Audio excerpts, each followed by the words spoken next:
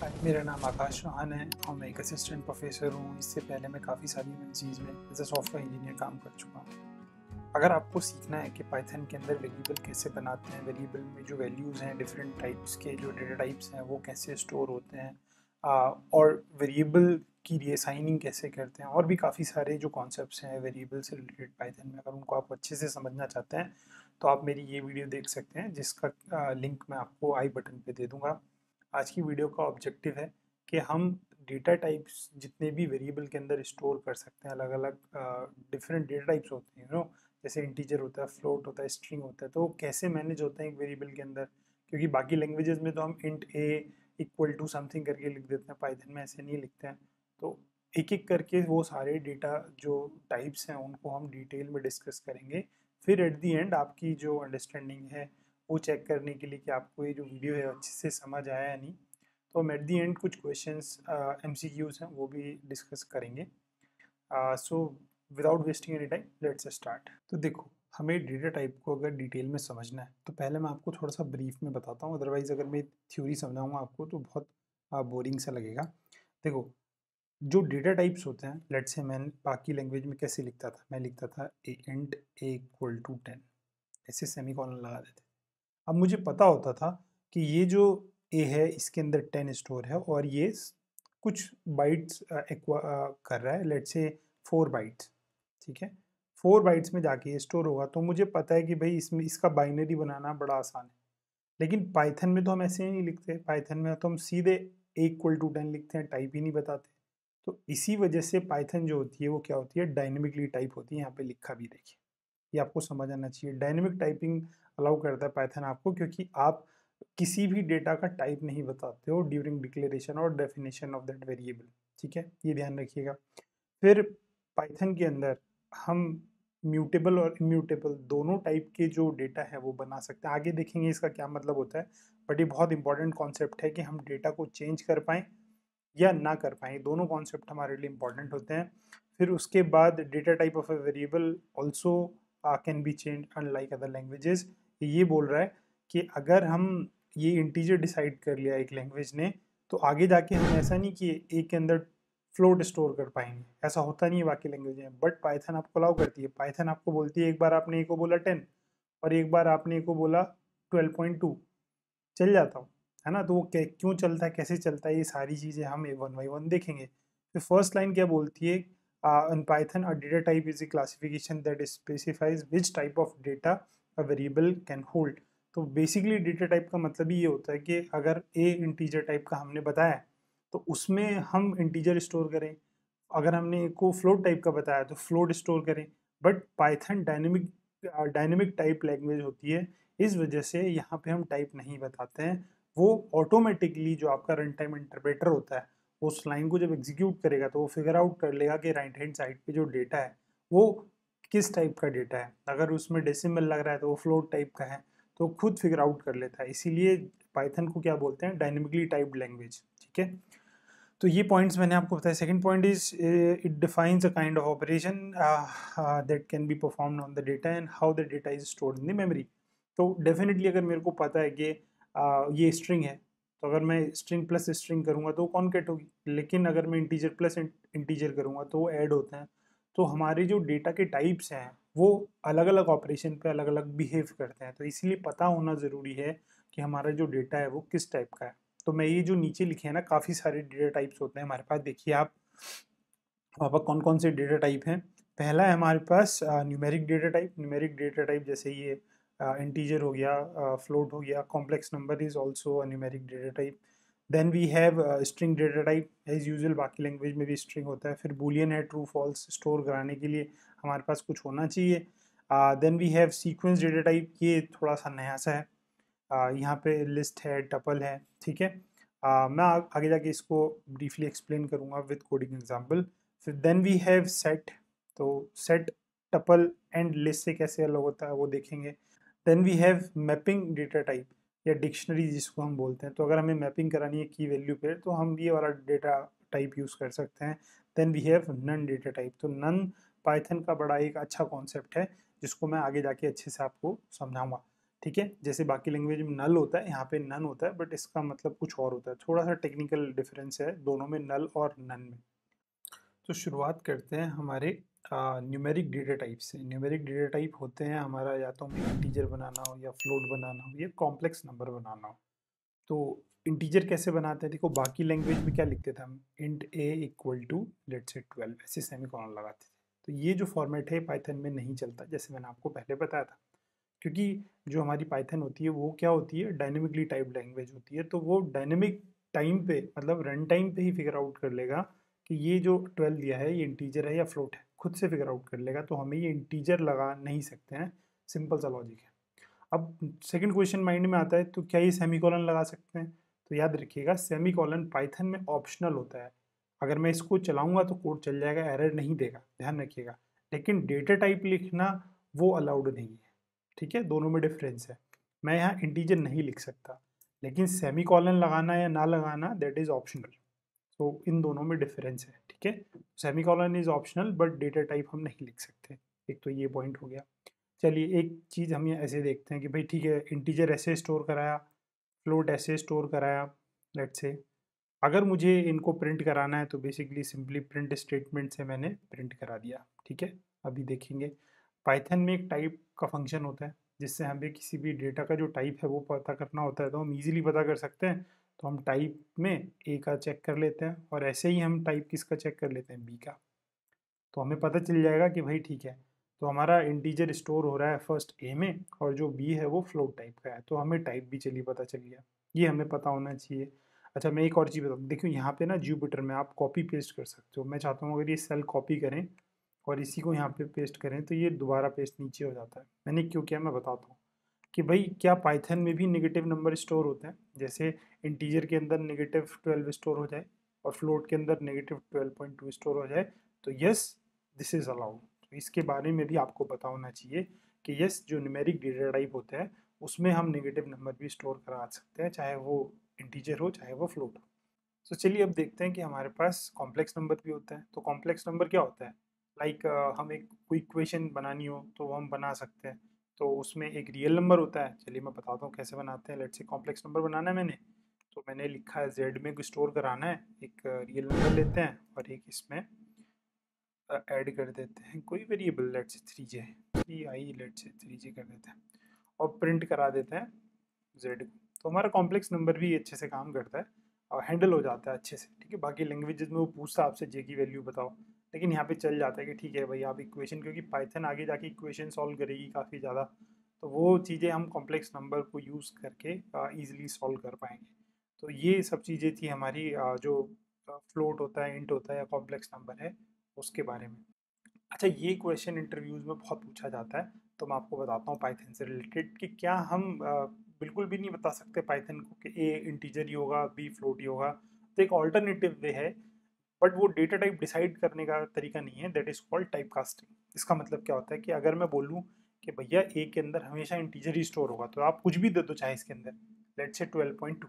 तो अब मैं अगर एक की जो वैल्यू है वो प्रिंट कराऊँ और ए का टाइप चेक करूँ, टाइप ऑफ ए, तो ये इसको इंटीजर दिखाएगा। बट हमने इसको फोर्स किया है ना, इससे डेटा टाइप डिसाइड नहीं किया हमने, हमने इसे फोर्स किया कि चाहे तुम कुछ भी भेजो इसके अंदर, होगा क्या, इवेंचुअली आपका जो भी डेटा होगा वो इंटीजर बन जाएगा। तो type casting is another way, आप इसको सेम फ्लोट के साथ भी कर सकते हो, बट ये ऑल्टरनेटिव तरीका है। आप इसको बोलिएगा कि ठीक है अलाउड तो है, बट एक तरीका है, ऑल्टरनेटिव वे है, जिसको हम लेट से इसको फ्लोट कर देते हैं। इसमें 12 ना स्टोर होकर अब 12.0 स्टोर होगा। तो अगर मैं प्रिंट बी कराऊंगा तो इस बार 12.0 आएगा। तो ये एक तरीका है जिससे हम डेटा टाइप जो है वो डिसाइड कर सकते हैं, बट डेफिनेटली ये टाइप कास्टिंग है, ये डेटा टाइप डिसाइड करना नहीं होता है। तो आई होप आपको जो न्यूमेरिक डेटा टाइप होता है वो अच्छे से समझ आ गया। चलिए अब देखते हैं कि स्ट्रिंग जो डेटा टाइप होता है, जो फेमस डेटा टाइप है बाकी लैंग्वेजेस में भी होता है, वो उसको कैसे यूज़ करते हैं पाइथन के अंदर। तो लेट्स से मैं एक S1 स्ट्रिंग बनाता हूँ, फेमस लिख लेते हैं, फेमस स्ट्रिंग हेलो वर्ल्ड, और एक S2 स्ट्रिंग बनाता हूँ पाइथन की। एक अच्छी बात है कि आप कुछ भी चाहे डबल कोट में लिखें चाहे सिंगल कोट में लिखें, वो दोनों स्ट्रिंग ही होती है, तो इसमें कोई इशू नहीं है चाहे आप उसको डबल कोट में लिख रहे हैं या सिंगल कोट में। एक और अच्छी बात बताता हूँ मैं आपको, पाइथन के अंदर कैरेक्टर डेटा टाइप कुछ नहीं होता, सब चीज़ें स्ट्रिंग ही होती हैं। जैसे ये कैरेक्टर नहीं है, ये ध्यान रखिएगा, इट्स नॉट ए कैर, ये भी स्ट्रिंग ही है। अभी मैं बताऊंगा, आपको प्रूफ करके बताऊंगा कि ये क्यों है। ठीक है, एक और स्ट्रिंग बनाते हैं कि भैया क्या पता सिंगल कोट की वजह से मैं बोल रहा हूँ, नहीं डबल कोट में भी अगर आप ये लिखोगे it's also not a character, क्योंकि कैरेक्टर जैसा कोई कॉन्सेप्ट होता ही नहीं है पाइथन के अंदर। इंडिविजुअल कैरेक्टर डेटा टाइप नहीं होता है, स्ट्रिंग ही होता है। वो अलग बात है कि उसमें एक ही कैरेक्टर है या उस स्ट्रिंग की लेंथ एक ही है। ये कैसे पता करें? अगर मैं प्रिंट s1 कराता हूँ, इसका टाइप चेक करें, टाइप ऑफ व्हाट s1, और इसी को मैं मल्टीपल टाइम लेट से प्रिंट करा के इनकी वैल्यू चेंज कर देता हूँ। 4 3 2। तो अगर इसका आउटपुट देखो, what is the problem? Okay, मैंने यहाँ पे s3 लिखा है। तो हमारे पास 4 स्ट्रिंग थी और ये देखो सबका टाइप क्या बता रहा है, स्ट्रिंग। ठीक है, तो एक तो हमारा एक कॉन्सेप्ट निकल के आया कि हमारे पास कोई कैरेक्टर टाइप का कॉन्सेप्ट नहीं है पाइथन के अंदर, सब चीज़ें स्ट्रिंग होती हैं। जो भी आप सिंगल कोट में लिखो, डबल कोट में लिखो, और चाहे सिंगल लेटर लिखो, चाहे सिंगल लेटर लिखो सिंगल कोट में, चाहे डबल कोट में, ये सारी स्ट्रिंग है। वो चीज़ ध्यान रखिएगा। अच्छा, जैसे मैंने आपको टाइप कास्टिंग ऊपर करके दिखाई थी, यस ऐसी ही हमारे पास स्ट्रिंग टाइप कास्टिंग भी होती है, लेट्स से एस। तो आप अगर आपको स्ट्रिक्टली यूज़ करना है कि भैया ये हमेशा स्ट्रिंग ही हो, then you can definitely go with this type casting technique. मैं इसका टाइप बताऊंगा यहाँ पे, तो डेफिनेटली टाइप इसका क्या आएगा, स्ट्रिंग आएगा। तो ऐसे करके आप चूज़ कर सकते हो। ठीक है, एक तो ये हो गया। और क्या क्या कॉन्सेप्ट होते हैं स्ट्रिंग से रिलेटेड? हाँ, एक ये कॉन्सेप्ट अच्छा है, ये पता होना चाहिए आपको, कि जो स्ट्रिंग बनाई मैंने, ठीक है, इसको थोड़ा बड़ा कर लेते हैं, 1 2 3 4 कर लेते हैं। तो क्या इसमें इंडेक्स एक्सेस पॉसिबल है? मतलब, और इंडेक्स एक्सेस पॉसिबल है तो पाइथन में इंडेक्स कहाँ से स्टार्ट होता है? तो एक बार इस कोड को चला के देखते हैं। तो ध्यान रखिएगा, इंडेक्स एक्सेस भी अलाउड होता है आपकी स्ट्रिंग के अंदर, जैसे कैरेक्टर एरे के अंदर होता है। और ये एरे वगैरह मैं आपको बाद में बताऊंगा, एज ए लिस्ट यूज होते हैं। लेकिन फिलहाल स्ट्रिंग के अंदर आप इंडेक्स एक्सेस कर सकते हो, और आपकी इंडेक्सिंग स्टार्ट होती है बाय डिफॉल्ट 0 से, है ना, बाकी लैंग्वेज की तरह ही है ये। ठीक है, तो ये ध्यान रखते हैं। और मैं स्ट्रिंग और कैरेक्टर को एक आने वाली जो फ्यूचर में एक इंडिविजुअल लेक्चर इसी के ऊपर है कि स्ट्रिंग और कैरेक्टर, और उसी से रिलेटेड कुछ इंटरव्यू क्वेश्चंस है, वो भी मैं डिस्कस करूंगा आगे जाके। तो अभी के लिए हम स्ट्रिंग को इतना डिस्कस करते हैं। ठीक है, सो आई होप आपको अच्छे से समझ आ गया होगा कि स्ट्रिंग जो डेटा टाइप है वो पाइथन कैसे हैंडल करता है।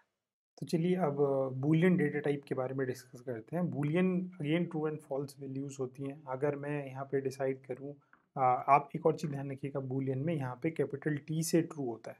ठीक है, ये वाला ऐसे मत लिखिएगा, ये कंसिडर नहीं होता है, केस सेंसिटिव होती है पाइथन, तो उस चीज़ में ध्यान रखिएगा। ये कैपिटल टी लिखोगे तभी आएगा। ठीक है, मैं प्रिंट करा सकता हूँ एक ही value, that would be true, और मैं इसका टाइप भी चेक कर सकता हूँ, लेट्स से टाइप ऑफ ए आएगा हमारे पास बूलियन। तो हमारे पास ऐसे करके चेक कर सकते हैं। और इससे एक अच्छा इंटरव्यू का क्वेश्चन है, चलिए मैं डिस्कस करता हूँ आपसे, कि a is true, b is false, if I add both of these a and b, और अगर मैं प्रिंट कराऊंगा सी को, तो इसकी वैल्यू क्या आएगी और इसका टाइप क्या आएगा। तो ये मैं बूलियन को ऐड कर रहा हूँ। ठीक है, तो ये आप ध्यान रखिएगा कि जब आप कभी बूलियन को ऐड करते हैं तो ये ऑपरेशन बूलियन के ऊपर ना काम करके इस पर कैसे काम करता है, एज ए इंटीजर। क्यों? क्योंकि false is considered as zero and true is considered as one. तो जीरो एंड वन को ऐड करेंगे तो क्या आएगा, हमारे पास वन आता है। तो इस पॉसिबल आंसर जो ट्रू फॉल्स का ऐड करके आ सकता है वो या ज़ीरो होगा या वन होगा।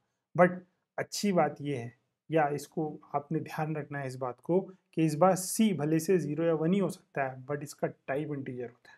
ठीक है, देखिए यहाँ पे, तो ये बातें आपको बूलियन के बारे में पता होनी चाहिए थी। सो आई होप आपको बूलियन जो डेटा टाइप है वो भी अच्छे से समझ आ गया होगा। इसके ऊपर कुछ क्वेश्चन है वो मैं बाद में डिस्कस करूँगा आपसे, आपकी अंडरस्टैंडिंग चेक करने के लिए। तो चलिए अब देखते हैं, हमारे पास सीक्वेंस डेटा टाइप भी होते हैं, जैसे लिस्ट हो गया, टपल हो गया। अब ये लिस्ट क्या होता है, तो मैं आपको एक एग्जांपल के थ्रू समझाता हूँ। अगर मैंने एक वेरिएबल के आगे स्क्वायर ब्रैकेट यूज़ किया और उसमें कुछ एलिमेंट लिख दिए, लेट्स से 2 3 4 5, तो इसको लिस्ट बोलते हैं। नॉर्मल जो एरे होता है पाइथन के अंदर, दैट इज लिस्ट। अगर मैं इसको प्रिंट कराऊँ ARR को, और इसका टाइप भी चेक करूँगा, बाय डिफ़ॉल्ट जो एरे बनाते हो आप वो बस लिस्ट होता है, ये याद रखिएगा। ठीक है, तो ये हमारे पास लिस्ट बन गई। यहाँ पे लिखा भी है कि अगर आप स्क्वायर ब्रैकेट यूज़ करते हो दैट इज कॉल्ड लिस्ट, और मल्टीपल जो वैल्यूज़ हैं वो स्टोर कराने के लिए हम एरे या लिस्ट यूज़ करते हैं। तो ये बेसिक सा फर्स्ट पॉइंट है, मल्टीपल वैल्यूज़ स्टोर हो सके हमारे सिंगल वेरिएबल में। अब जो सबसे इम्पॉर्टेंट आस्पेक्ट है लिस्ट से जुड़ी हुई वो ये है कि हमें इस लाइन का मतलब समझ आए कि भाई list items are ordered. Ordered का मतलब क्या होता है कि ये जिस सीक्वेंस में एडिट थे ये नीचे भी वही है, जो आउटपुट आपका आ रहा है वो भी वही है। अब इसका मतलब क्या है कि सपोज करो यहाँ पे 5 होता और यहाँ पे 1 होता, तो ये इसी सीक्वेंस में आउटपुट में स्टोर होते हैं। तो जो हमने सीक्वेंस दिया वो मतलब फाइनल सीक्वेंस है, इसीलिए जो हमारे पास लिस्ट होती है वो क्या होती है, ऑर्डर्ड होती है। तो ये ध्यान रखिएगा, हम अगर लिस्ट की बात करेंगे तो हमेशा ऑर्डर्ड लिस्ट होगी। ठीक है, इसको सीक्वेंस को ठीक कर लेते हैं, डेट इज 1 और लास्ट में था 5।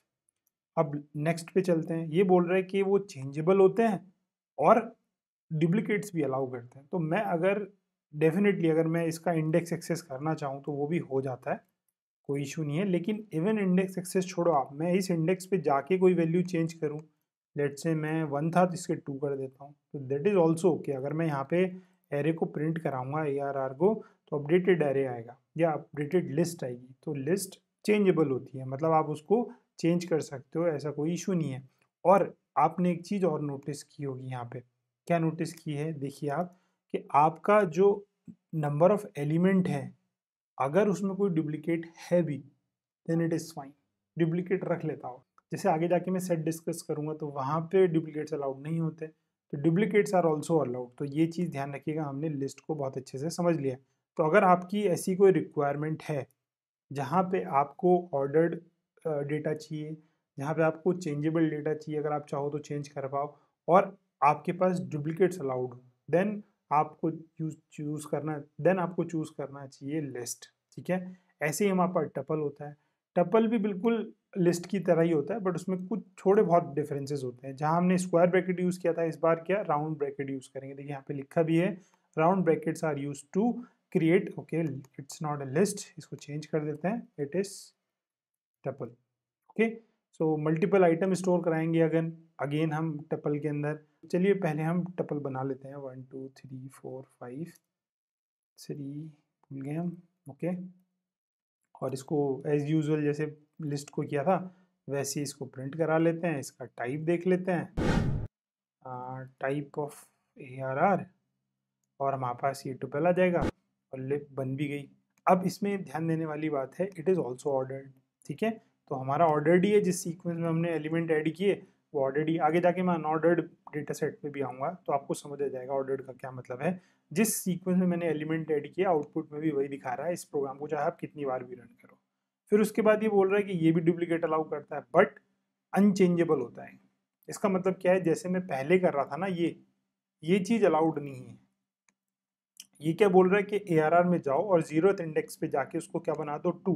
तो अगर मैं अब चलाऊंगा तो ये अगर हो जाता तो चेंजेबल होता, बट ये चेंजेबल नहीं होता। तो ये ध्यान रखिएगा, ये मैं हटा देता हूँ, अनचेंजेबल होता है हमारे पास टपल, तो ये एरर दे देगा। तो हम जाके एलिमेंट चेंज नहीं कर सकते, एक बार आपने बना दिया दैट इज फाइनल।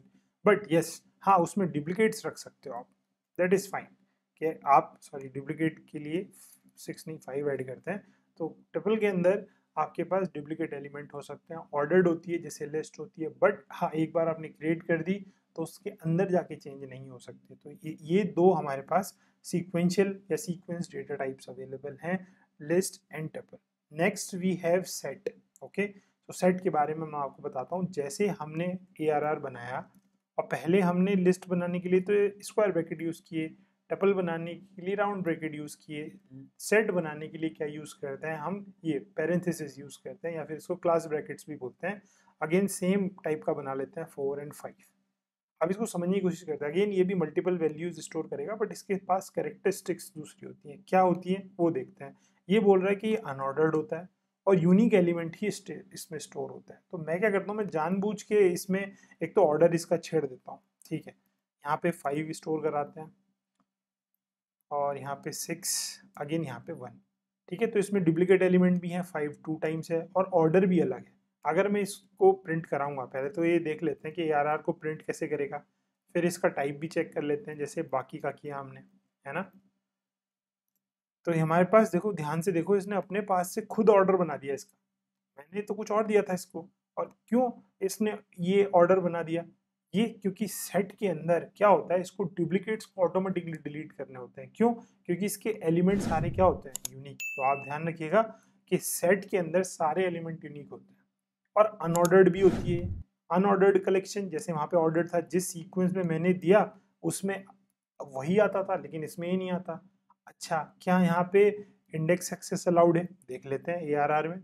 मैं 0th एलिमेंट पे जाऊंगा तो इसने एरर दे दी। अब ये मैं कोई चेंज थोड़ी कर रहा हूँ, इस बार तो मैं केवल एक्सेस कर रहा था। अब एक्सेस करने पे भी प्रॉब्लम कर रहा है। देखो, जो टपल में इशू कर रहा था वो चेंज करने पे कर रहा था, एक्सेस करने पे नहीं कर रहा था। देखो यहाँ पे ध्यान से देखो, अगर मैं इसको यहाँ पे चेंज कर रहा था बिकॉज इट्स अनचेंजेबल, लेकिन अगर मैं इसको एक्सेस करूंगा, केवल प्रिंट कराऊंगा तो कोई इशू नहीं है। लेकिन हमारा जो सेट है उसको आप एक्सेस भी नहीं कर सकते। क्यों नहीं कर सकते? क्योंकि that is unordered data set. Unordered data set में यही नहीं पता किस एलिमेंट का क्या इंडेक्स है, वो फिक्स नहीं है, जो आपने दिया वो नहीं आता है ना।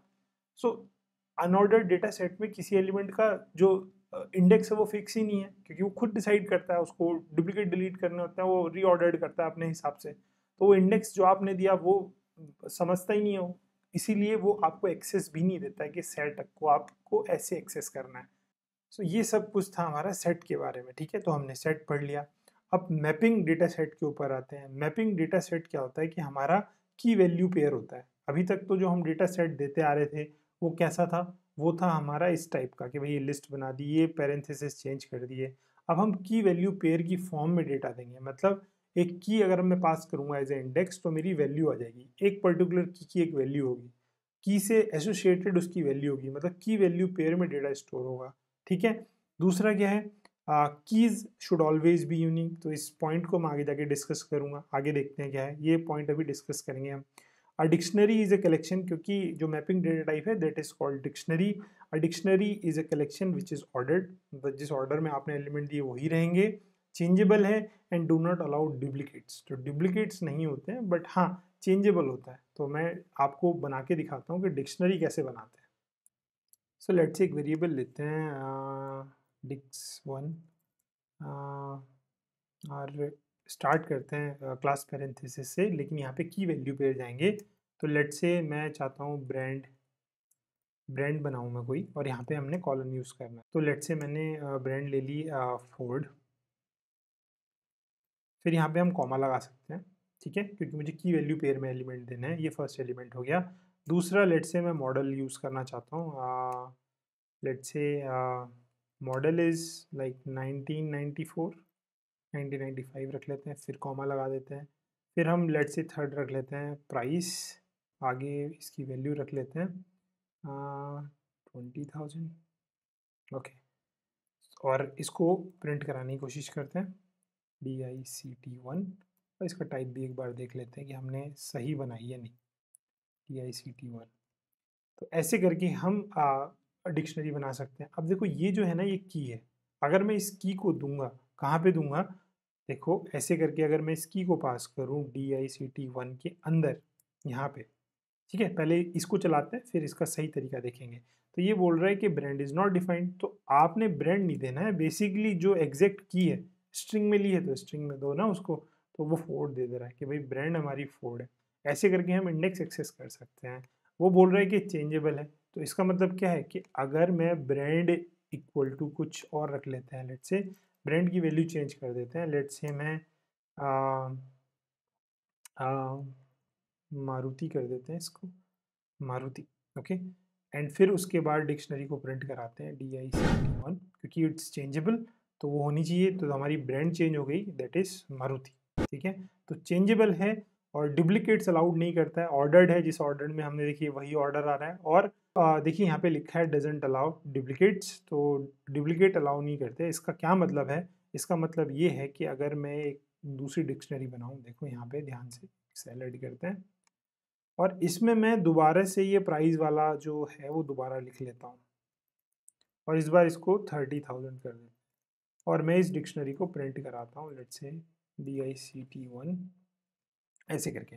तो आप देखो कि प्राइस का एक ही जो की है वो बनी है। क्यों? क्योंकि आपकी कीज़ क्या होती हैं, ऑलवेज यूनिक। तो यूनिक होनी चाहिए आपकी। और हुआ क्या क्योंकि प्राइस के मैंने 2 वेरिएबल दे दिए थे, 2 कीज़ दे दी थी, तो इसने लास्ट वाला जो ओवरराइड कर लिया उसको वो मान लिया। तो ऐसे करके हम डिक्शनरी बनाते हैं, ये मैपिंग में यूज़ होती है, ठीक है। अगर मुझे ये चेक करना है कि डिक्शनरी है उसकी लेंथ कितनी है, ये बाकी सारे डेटा टाइप पे भी लगा सकते हो आप। So there is a length function, standard length function. आप यहाँ पे डिक्शनरी वन देख के पता कर सकते हो कि भाई टोटल कीज़ कितनी है आपके जो डिक्शनरी बनाई, किसी भी डेटा टाइप पे चल जाएगा, सेट ऊपर यूज़ किया आपने सब पे चलेगा, ठीक है। तो ये हो गया हमारा मैपिंग या डिक्शनरी के बारे में। तो चलिए समझते हैं कि नन डेटा टाइप क्या होता है। देखो इसका मतलब क्या होता है, वैसे तो मैं एक के आगे सीधे नन ही लिख सकता हूँ, तो कोई इतना इशू नहीं, ठीक है, कि सीधे एन की जगह नन लिख लिया। बट कभी कभी कुछ, जैसे मैं प्रिंट स्टेटमेंट का जो रिटर्न टाइप है वो चेक करूँ तो दैट इज़ ऑल्सो नन।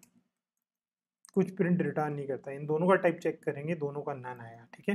तो इसका मतलब क्या होता है वो मैं आपको बताता हूँ। टाइप ऑफ ए अगर मैं चेक करूँ और टाइप ऑफ एस अगर मैं चेक करूँ, टाइप ऑफ व्हाट एस, तो दोनों का नन टाइप आएगा। अब इसका मतलब क्या होता है, इसका मतलब ये होता है कि अभी फिलहाल इसके अंदर कोई वैल्यू नहीं है, एब्सेंस ऑफ वैल्यू है, ठीक है, that is why it is called none. But इसका यूसेज ये है कि अभी मुझे एटलीस्ट ये वेरिएबल बना देना है, या मुझे आगे जाके इसको यूज करना है। यूज करने का मतलब क्या है, होता है कि क्योंकि मैं पाइथन के अंदर रीअसाइन कर सकता हूँ, मैं बाद में जाके ए की वैल्यू 12 कर सकता हूँ। तो ये तो मैं बी की भी कर सकता था, ए की क्यों करनी है।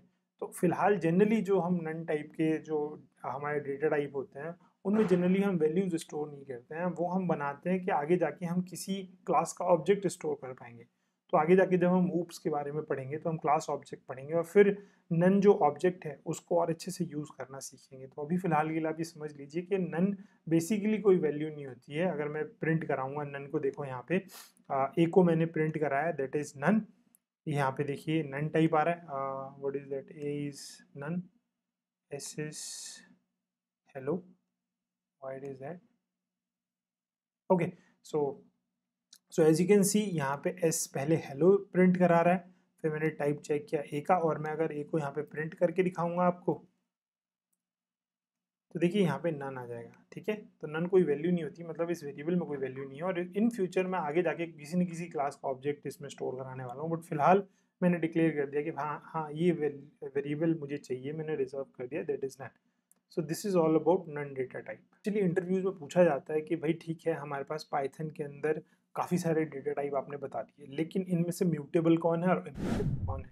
तो म्यूटेबल का मतलब क्या होता है, as you can see values can be changed in place. In place मतलब जहां आप चेंज करना चाहते हो वहां वैल्यू चेंज हो जाए। तो ये कौन कौन से डेटा टाइप हैं, वो है लिस्ट है, डिक्शनरी है, सेट है। अब ऐसा क्यों, ऐसा इसलिए कि अगर मैंने लिस्ट बनाई माई लिस्ट 1 2 3 और मैंने लेट से माई लिस्ट में अपेंड कर दिया 4, या फिर मैंने इसके किसी इंडेक्स पे जाके चेंज किया, तो वो उसी लिस्ट के अंदर चेंज होगा, इसीलिए वो म्यूटेबल है।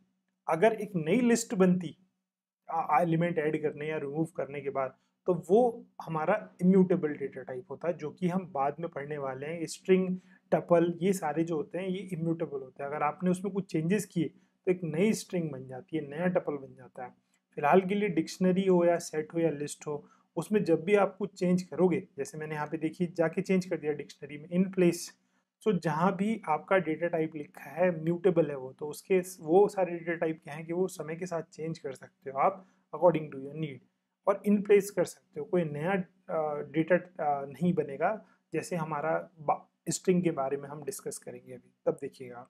और देखिए सेट के बारे में भी, अगर आपने सेट में कुछ नया एलिमेंट ऐड किया तो वो इन प्लेस ही होता है, उसी सेट के अंदर जाके होता है, क्योंकि सेट भी क्या होता है, म्यूटेबल। लेकिन कुछ ऐसे डेटा टाइप हैं अगर आपने उसमें कुछ भी छेड़छाड़ की, चाहे वो स्ट्रिंग हो, टपल हो, इंट या फ्लोट, इवन इंट फ्लोट आपको लग रहा है अच्छा वो तो मैंने चेंज कर दिए थे वेरिएबल, पहले 12 स्टोर कराया था फिर उसमें ही 12.2 कराया था। तो ये ध्यान रखिएगा कि जब कभी भी आप ऐसा करते हो तो उसकी जो नई स्ट्रिंग है वो क्रिएट हो जाती है। जैसे आप देखो पहले आपके माई स्ट्रिंग में क्या स्टोर था, हेलो, लेकिन उसके बाद आपने फिर हेलो के अंदर क्या ऐड कर दिया, वर्ल्ड ऐड कर दिया, तो नई स्ट्रिंग क्या बनी, हेलो वर्ल्ड। बट ये माई स्ट्रिंग के अंदर स्टोर नहीं होगी, एक नई मेमोरी बनेगी, वहां पे हेलो वर्ल्ड स्टोर होगा, उसको रेफरेंस करेगा माई स्ट्रिंग। तो माई स्ट्रिंग रेफरेंस चेंज हो गया बट नई मेमोरी एलोकेशन बनी, क्योंकि ये हमारे पास इन प्लेस चेंज नहीं हुआ, नई मेमोरी बनी। सेम केस टपल के साथ है, टपल तो हम चेंज ही नहीं कर पाते, एज यू कैन सी मैं अगर ये लिखूंगा इंडेक्स पे जाके तो ये चलता ही नहीं है। सेम विद इंटीजर और फ्लोट, तो इंटीजर को दिखा रखा है कि ए इज 10 और ए में मैंने 5 ऐड किया तो जो 15 आया उसके लिए नई मेमोरी एलोकेट हुई और फिर वो जाके ए में स्टोर हुआ। आप इसको ऐसे समझ सकते हो, मैंने क्या किया, ए के अंदर क्या स्टोर कराया, 10 स्टोर कराया, फिर मैं चाहता हूँ कि ए के अंदर 10 + 5 स्टोर हो जाए। तो बेसिकली आपको लग रहा है ए में स्टोर हो रहा है, नहीं होता क्या है कि पहले आपकी मेमोरी मिलती है 10 को, फिर जो चेंजेस किया आपने एक नई मेमोरी बन जाती है 15 की। अब ए पहले किसको लोकेट कर रहा था, 10 को, अब होगा क्या, जब आपने चेंज कर दिया तो वो 10 को लोकेट ना करके, रेफरेंस ना करके वो किसको करने लगा, 15 को। तो ऐसे करके हमारी नई मेमोरी एलोकेशन पे रेफरेंस करने लगते हैं वेरिएबल। तो याद रखिएगा ये सारे, चाहे वो फ्लोट हो, इंट हो, चाहे टपल हो या स्ट्रिंग हो, ये सारे क्या है, इम्यूटेबल डेटा टाइप्स हैं। अगर आपने एक बार बना दिया तो वो चेंज नहीं हो गया, अगर हो रहे हैं तो एक नई मेमोरी एलोकेशन बन रही है, इन प्लेस पे चेंज नहीं हो रहा है। सो आई होप आपको समझ आ गया होगा इम्यूटेबल और म्यूटेबल डेटा टाइप्स क्या होते हैं। इन्हीं की कैटेगरीज हैं जो हमने डेटा टाइप्स पढ़े हैं। तो चलिए अब चेक करते हैं आपकी जो अंडरस्टैंडिंग है, जो ये लेक्चर था उसकी, ये टॉपिक हमने डिस्कस किए, उसकी अंडरस्टैंडिंग आपको कैसी है वो देखते हैं। ये क्वेश्चन के जो आंसर्स हैं वो as you can see on the screen ऐसे आप लिख सकते हैं कमेंट बॉक्स में, and I will try to verify your answer as soon as possible. So पहला क्वेश्चन है कि ये जो एक्सप्रेशन लिखा है हमने 5 इज ग्रेटर देन 3, इसका आंसर क्या आता है। अगर मैं अपने कोड में पाइथन में लिखूँ प्रिंट के अंदर 5 ग्रेटर देन 3, तो इसका आंसर 1 आता है, इट इज़ ट्रू आता है, या 5 आता है, या फिर ऑल ऑफ दी अबव। तो ये आप थोड़ा सा ध्यान से देख के लिखिएगा कि इसका आंसर इन 4 में क्या है, ठीक है। सो जैसे स्क्रीन पे दिख रहा है ऐसे आप आंसर नीचे लिख सकते हैं। Second question is a dot, ये भी ए डॉट है बट ये सिंगल कोट में है और ये डबल कोट में है, क्या ये दोनों सेम है। So if your answer is yes then you can write yes, और else you can write no. So what will be the output of this. तो ये थोड़ा सा अच्छा क्वेश्चन है, इंटरव्यू में पूछा जाता है कि मैंने टाइप कास्टिंग करी इस इंटीजर की 1 2 3 4 5 की, और वो उसको एज ए स्ट्रिंग स्टोर किया, बट मैं बोल रहा हूँ कि इंडेक्स जब मैं एक्सेस कर रहा हूँ तो मैं वहाँ मल्टीप्लिकेशन परफॉर्म कर सकता हूँ क्या। इंडेक्स जहाँ पे हम लिखते हैं S0, क्या उसकी S, इसका बेसिकली आंसर आएगा 2, तो क्या ये कैलकुलेशन परफॉर्म हो जाती है, एरर आती है। तो या तो एरर आएगी या 3 आएगा, है ना, या हमारे पास 2 आएगा या नन आएगा। आप इसका आंसर लिख सकते हैं जो भी आपको ठीक लग रहा है। विच of the following is mutable data type, तो इन टपल स्ट्रिंग लिस्ट में से म्यूटेबल कौन सा है जो चेंज हो जाता है समय के साथ, इन प्लेस चेंज हो जाता है। तो आपने ऑप्शन आप चूज करिए, करेक्ट ऑप्शन क्या है। Then we have which of the following is immutable data type in Python, तो वो टपल है या फिर स्ट्रिंग है या इंटीजर है या फिर सारे के सारे हैं। तो नेक्स्ट ये क्वेश्चन हो गया। नेक्स्ट क्वेश्चन देखते हैं, विच of the following can not be a की इन पाइथन डिक्शनरी। ओके, तो हम जो डिक्शनरी की वैल्यू पेयर बनाते हैं उसमें जो की हम बनाते हैं वो क्या नहीं हो सकती, that is what is trying to say. String नहीं हो सकती, वो इंट नहीं हो सकता, वो लिस्ट नहीं हो सकता, वो टपल नहीं होता। मैं आपको हिंट दे देता हूँ कि क्या जो हम जो कीज लेते हैं उसकी कैरेक्टरिस्टिक्स क्या है, वो कैसी होती है, ये हिंट है। तो उसके बारे में थोड़ा सोचिएगा फिर आपको आंसर मिल जाएगा, ठीक है। सो आप अपने answer as you can see on the screen ऐसे लिख सकते हैं कमेंट बॉक्स में, and I will try to verify your answer as soon as possible. That is all for data types in Python. अब इस video series में हम आगे सीखने वाले हैं कि अगर हमें यूज़र से जो इनपुट है वो लेना है तो वो कैसे लेते हैं, उसको लेना ही क्यों है। बहुत सारे क्वेश्चंस हैं, काफ़ी सारे इंटरव्यू के क्वेश्चन भी हैं। ये सारी जो चीज़ें हैं ये आप इस वीडियो को देख के समझ सकते हो, जिसमें मैंने बहुत डिटेल में जो इनपुट फंक्शन है पाइथन के अंदर उसको अच्छे से समझाया हुआ है। प्रॉम्प्ट कैसे यूज़ करते हैं, उसकी टाइप कास्टिंग कैसे करते हैं, बहुत सारी चीज़ें हैं वो आपको अच्छे से समझ आ जाएंगी। So that is all, thank you so much.